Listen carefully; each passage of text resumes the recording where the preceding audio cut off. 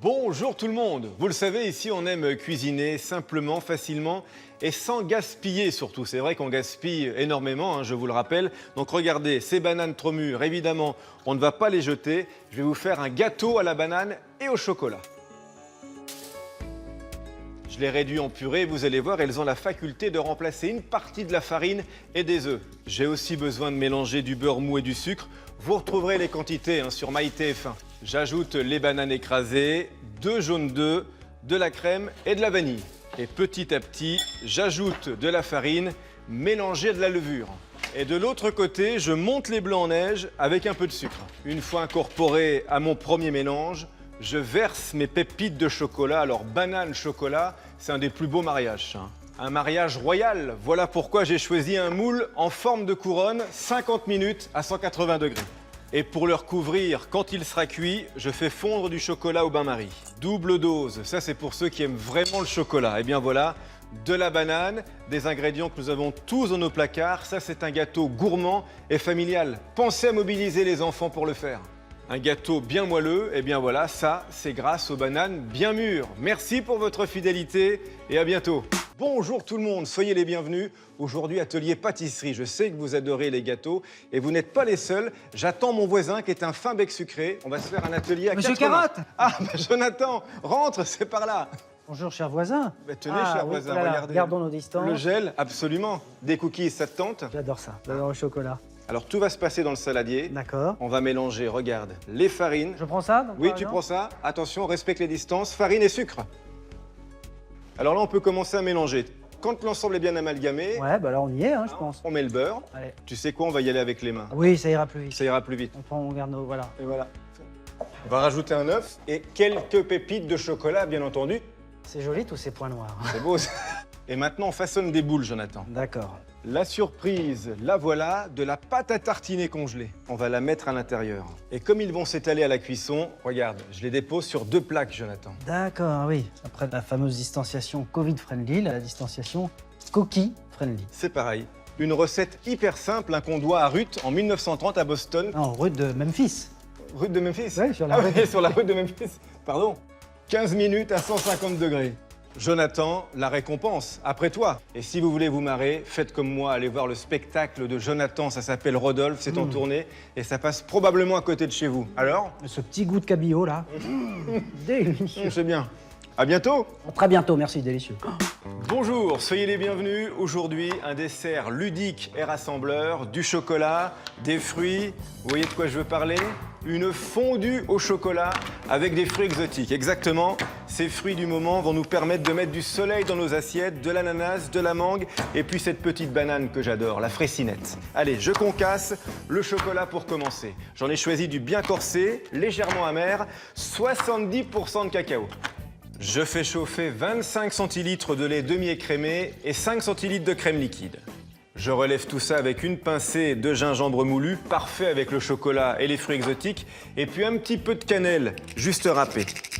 Une gousse de vanille fendue en 2 pour qu'elle libère ses grains, et 2 cuillères à café de sucre semoule. Quand c'est chaud, à feu moyen, pour qu'il fonde, j'ajoute le chocolat.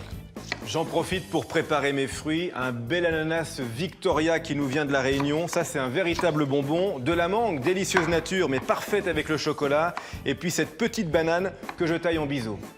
Je verse le chocolat bien chaud dans mon caclon et comme pour la fondue bourguignonne ou la savoyarde, à la place de la viande et du fromage, mes morceaux de fruits que je trempe à l'intérieur. À vous de jouer. La cuisine, ce n'est pas figé, donc amusez-vous avec d'autres ingrédients, des agrumes, des litchis, il y aura juste le noyau à retirer et de la carambole. Bonne journée et à bientôt. Bien le bonjour tout le monde. Alors nous sommes en janvier, je ne vous apprends rien en vous disant que ce mois-ci, la pâtisserie officielle, c'est la galette des rois. Alors pour changer de la poudre d'amande, regardez, une cousine, j'en ai choisi une de noisettes.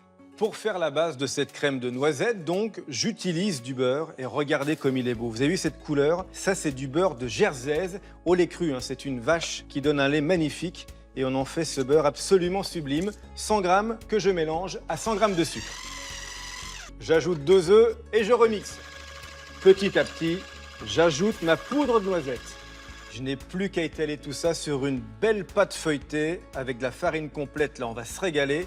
Et je laisse bien 2 cm d'espace au bord. Et pour se faire plaisir jusqu'au bout, quelques pépites de chocolat. C'est vrai, hein, c'est l'entente parfaite avec la noisette.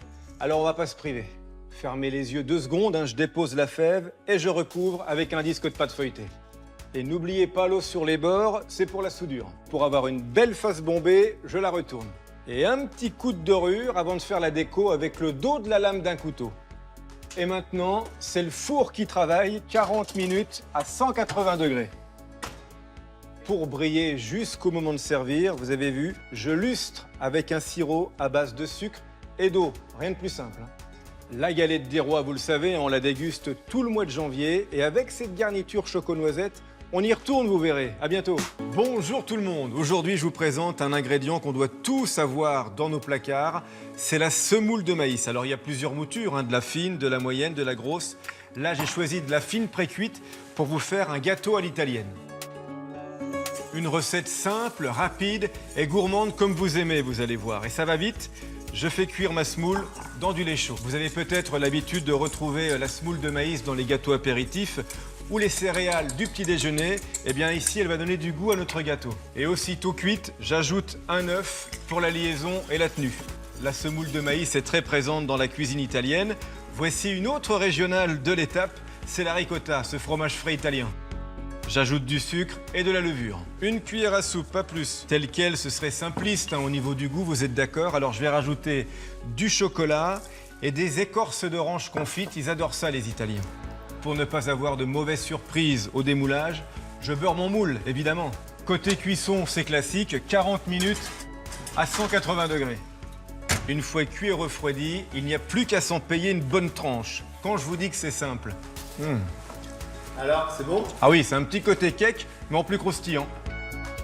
À vous qui êtes des becs sucrés, pensez à cette recette sans gluten, puisque le maïs n'en contient pas. À bientôt. Bonjour tout le monde. Vous le savez, ici, je n'aime pas gâcher. Eh bien, démonstration aujourd'hui avec une recette où je vais donner une seconde vie à des bananes trop mûres. Ce sont des choses qui arrivent. Je vais vous faire un milkshake. Mais attention, un milkshake qui va plaire à tout le monde, sans lactose, sans matière grasse animale. Je vais utiliser du lait et de la crème de coco. Et la crème de coco, je la transforme en chantilly. Et comme pour toutes les chantilly, pour que ça monte, il faut que la crème soit bien froide. Et le saladier aussi, c'est pour ça qu'il était au frigo. C'est parti, vitesse moyenne pendant 3-4 minutes. Le milkshake, c'est de la glace avec du lait. Alors pour remplacer la glace, regardez, mes bananes trop mûres, je les ai coupées en morceaux et je les ai mises au congélateur avec le lait de coco. Elles vont se transformer en glace. Vous avez suivi, hein, lait de coco pour le milkshake et crème pour la chantilly. Pour équilibrer les arômes et sucrer tout ça, une cuillère à café de sucre roux. Le chocolat et la banane s'entendent très bien. 2 cuillères à café de cacao, légèrement amer, ça va faire du bien aussi. Et pour glacer tout ça, 4 glaçons. Et c'est parti.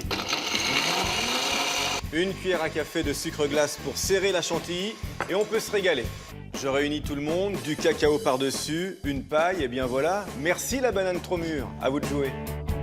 À bientôt. Bonjour tout le monde. Alors en ce moment, hein, pendant les vacances, vous êtes d'accord, entre la famille et les amis, il y a toujours quelqu'un qui passe à la maison. Alors pour bien les recevoir autour d'un café, je vous ai prévu un atelier truffe.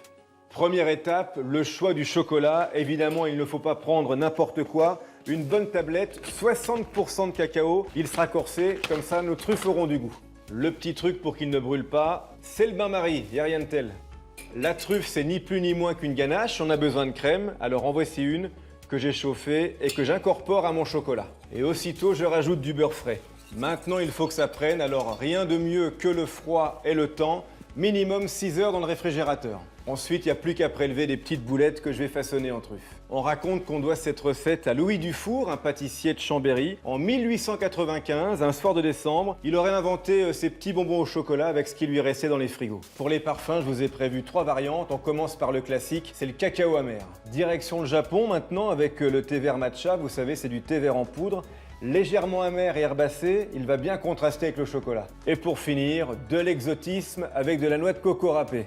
La truffe, c'est une gourmandise classique, mais vous allez voir, ça marche à tous les coups. La truffe fait partie des bonbons en chocolat préférés des Français. Vous pouvez aussi les rouler dans du pralin ou du sucre pétillant. À bientôt. Merci d'avoir regardé cette vidéo. Alors si vous aimez Petit Plan d'Équilibre, abonnez-vous à cette chaîne et rendez-vous sur TF1+.